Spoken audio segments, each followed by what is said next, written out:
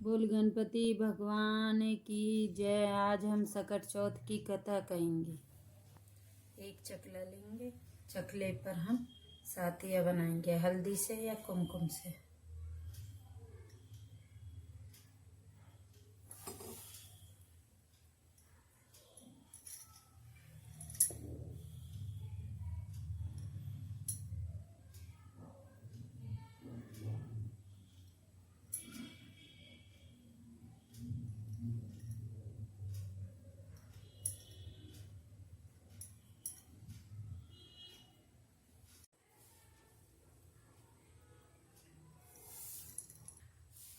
अब हम गणपति को विराजेंगे। या तो आप मिट्टी के ले लो या फिर आपके घर में कोई भी मूर्ति हो छोटी उसे रखो। अब हम चंदन लगाएंगे, हल्दी से इनका टीका करेंगे या कुमकुम से या हल्दी से। अब पुष्प रखेंगे।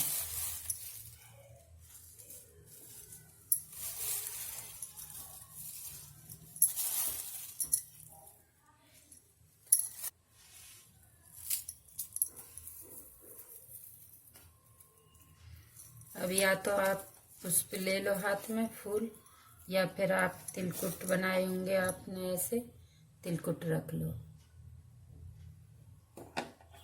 और एक लोटा लो, उसमें जल भरो। अब कलाया लेंगे और गणेश जी को चढ़ाएंगे।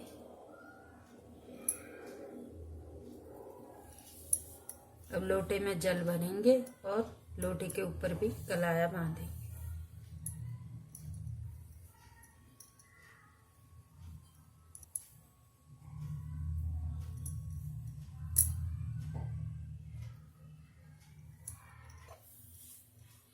अब लोटे पर हम साथिया बनाएंगे।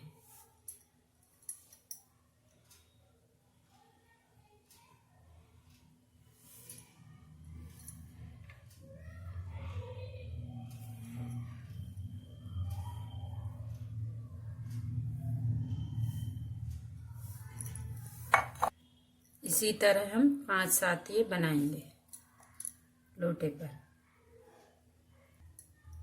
अब हम खुद को भी हल्दी लगाएंगे और जो आसपास कथा सुन रहे हैं उनको सबको हल्दी लगाएंगे। या तो आप हाथ में तिल ले सकते हो, या आप फूल ले सकते हो, या आप तिलकुट ले सकते हैं। हम तिल लेंगे हाथ में। थोड़ा सा तिलकुट हाथ में लेंगे, इनको दोनों उंगलियों के बीच में, अंगूठों के बीच में दबाएंगे। ऐसे दबाते हुए सुपारी बनाएंगे। ऐसी हम 7 सुपारी बनाएंगे। हमने 7 सुपारी तैयार करी हैं। अब जो हमने प्लेट में तिल रखे थे उनको हम हाथ में लेंगे और कहानी शुरू करेंगे। बोल गणपति भगवान की जय। 2 माँ बेटा थे। उसकी माँ व्रत रखती थी सकट का, और बेटा भैंस चराने, गाय चराने जंगल में जाता था। तो उसकी चाची ताई बोली कि तेरी माँ तो पीछे से पकवान बना बना के खाती है। लड़का गुस्से में आया अपने घर पर। उसने देखा आकर तो माँ सकट के लिए तिलकुट बना रही थी। तो अपनी माँ से गुस्सा होके बोला, माँ तुम पीछे से पकवान बना के खाती हो और मेरे को नहीं खिलाती हो। तो उसकी माँ बोली, नहीं बेटा ऐसा नहीं है, आज तो सकट चौथ थी इसीलिए मैं बरती थी, तिलकुट बनाए थे। और तुझे किसने बोला कि मुझे पता चली है आप पीछे से तिलकुट और ये सब पकवान, हलवा पूड़ी सब बना बना के खाते हो और मुझे नहीं देते हो। तो वो गुस्सा होके घर से निकलने लगा। तो उसकी माँ बोली कि बेटा ये जो मैंने सुपारी बनाई है इन्हें अपने साथ ले जा। अगर तुझे कोई संकट आए तो ये सुपारी रखना और गणेश जी का नाम लेना। अगर मैंने व्रत तेरे नाम से किया है तो ये तेरे सारे संकट दूर हो जाएंगे, तुझ पर कोई विपदा नहीं आएगी। तो वो लड़का गुस्से में घर से चला जाता सुपारी लेके। तो आगे गया, आगे जाकर उसे एक शेर दिखा। तो उसने बोला कि जो मेरे हाथ में सुपारी है मैं देखता हूँ, अगर शेर होगा तो चला जाएगा। उसने सुपारी शेर के ऊपर फेंक के मारी और शेर गाय बन गई। और उसने गणपति भगवान का नाम लिया तो वो गाय बन गई। तो लड़का बोला मेरी माँ ने जो ये सुपारी दी है ये तो सत्य है, माँ तो मेरे नाम का व्रत ही रखती थी। फिर आगे गया, आगे जाकर उसे बड़ी नदी मिली, तो नदी में उसने एक सुपारी डाली तो नदी में रास्ता बन गई। बोला अगर मेरी माँ व्रत करती है गणेश भगवान तो इसमें से नदी में से मुझे रास्ता मिल जाए। तो बीच में से उसे रास्ता मिल गई। तो आगे चला, एक बुढ़िया थी, वो पकवान बना रही थी और रोती जाती थी। तो बोला कि माई आप ये क्या कर रही हो? कि बेटा मैं पकवान बना रही हूँ। कि क्यों? कि आज मेरा बेटा वहां में सीखेगा, जो कुम्हार के बर्तन पकते हैं ना उसमें सीखेगा। तो बोला क्यों माई, आप रो भी रही हो और पकवान भी बना रही हो? तो बोली बेटा मेरा एक ही पुत्र है, वो भी अब हमें सीख जाएगा, इसलिए रो रही हूँ। बोला कि माई आप चिंता मत करो, मैं अब हमें बैठूंगा, आप मुझे पकवान खिलाओ, मैं अब हमें बैठूंगा। उनकी नहीं बेटा तू भी तो किसी का पुत्र है, तू भी तो किसी का बेटा है, मैं तुझे क्यों अब हमें बैठाऊं? नहीं। बोला नहीं माई मुझे कुछ नहीं होगा, आप मुझे अब हमें बैठाओ और मुझे पकवान खिलाओ, मैं अब हमें बैठूंगा। तो उसकी माँ ने उसे पकवान खिलाए, खा पी कर वो अब में अपनी बची हुई 5 सुपारियों को लेकर बैठ गया। अपने चारों पांचों तरफ सुपारी रखी और बीच में खुद बैठ गया।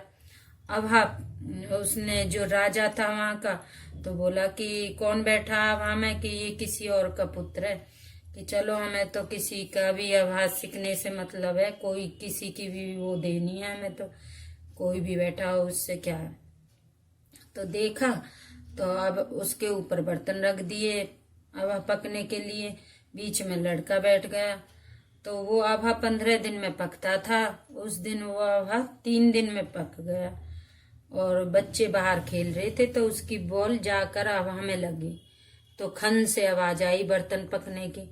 तो बोला इस बर्तन तो बड़ी जल्दी पक गए कुम्हार के, ऐसा तो कभी नहीं हुआ। अब आग तो 15 दिन में उतरता था, आज तो तीसरा ही दिन है। चलो अब पक गया तो उतारते हैं। राजा ने अपने सैनिकों से बोला कि हवा उतारो। तो उन्होंने हवा उतारते समय लड़के ने अंदर से आवाज लगाई कि धीरे धीरे उतारना भैया, चोट ना लग जाए। बोले राजा इसमें से तो आवाज आ रही है कि धीरे धीरे उतारो भैया, चोट ना लग जाए।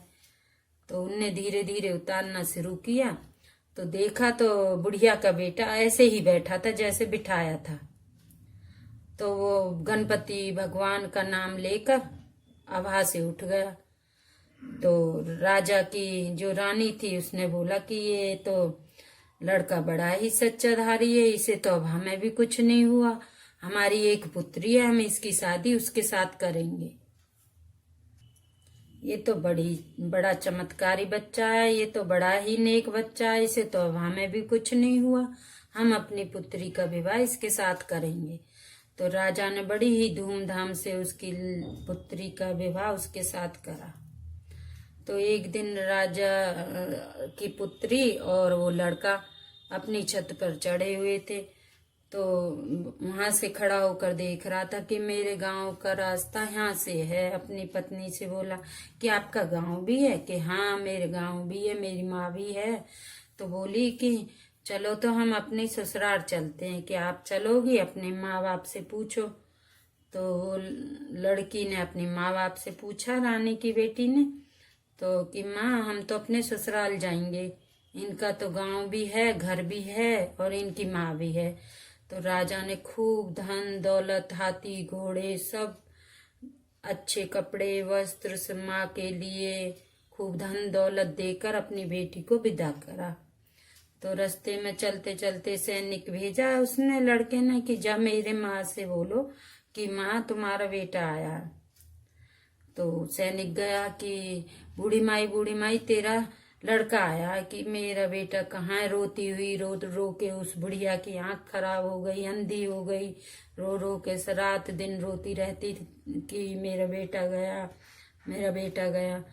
तो गणेश जी की कृपा से उसे आंखें भी आ गई, उसका बेटा सामने आया, आंखें भी आ गई और बेटे को देखकर वो खूब बिलक बिलक कर रोने लगी कि मेरा बेटा।